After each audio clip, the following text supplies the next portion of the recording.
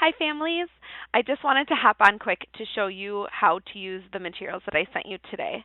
So there's the big version with the bigger numbers, and then there is the smaller version game board that looks like this. The kids have not played with these. I have just been marking off the numbers to get them used to it. But when you actually play the number squeeze game, you want to cover up the numbers that are no longer a choice. So what I would suggest is cutting these out. So what I did is I cut them out, and then I'm going to use the bigger number line because the size is better. So I'm going to just show you if I had it on my whiteboard here and I had the small number line. This is just smaller here so that you can see it. But if you're using the bigger numbers, then the animals would be a better fit.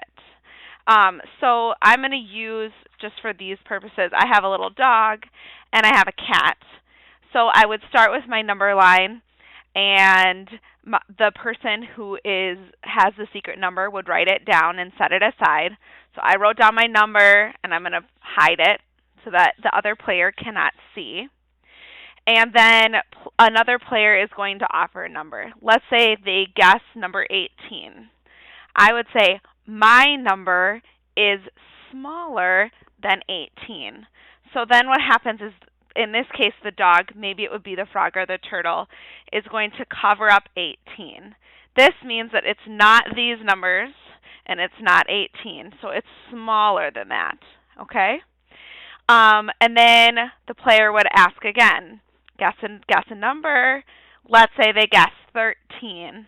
Then I would say, oh, my number is bigger than 13, so I would cover up 13 and then all of these numbers that are smaller. So as you're going along, the numbers are squeezed in the middle, so then the child can see which ones are still a choice. So then you keep moving. Let's say they guess 17. Oh, my number is smaller than 17. Let's see. Is your number 15? Oh, no, my number's bigger than 15. What is my number? It's 16. Yay, 16.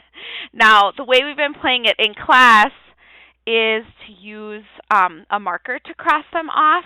So in this case, if we had the same numbers, if someone guessed 18 first, I would say my number is smaller. Since my number is 16, my number is smaller. So I would cross off all of these numbers. They guessed 18, and it's definitely not bigger, okay? And then if they guessed 13, and I said that my number was bigger than 13, then I would cross off 13, and the numbers that are smaller.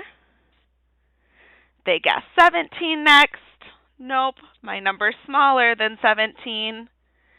Then they guessed 15, and I said it was bigger, so then I would cross these off, leaving 16. Now, that's why if you want to play on a whiteboard, it's a great way to be able to just repeat it. Or you could just use a pencil on a piece of paper so that you can erase the X marks.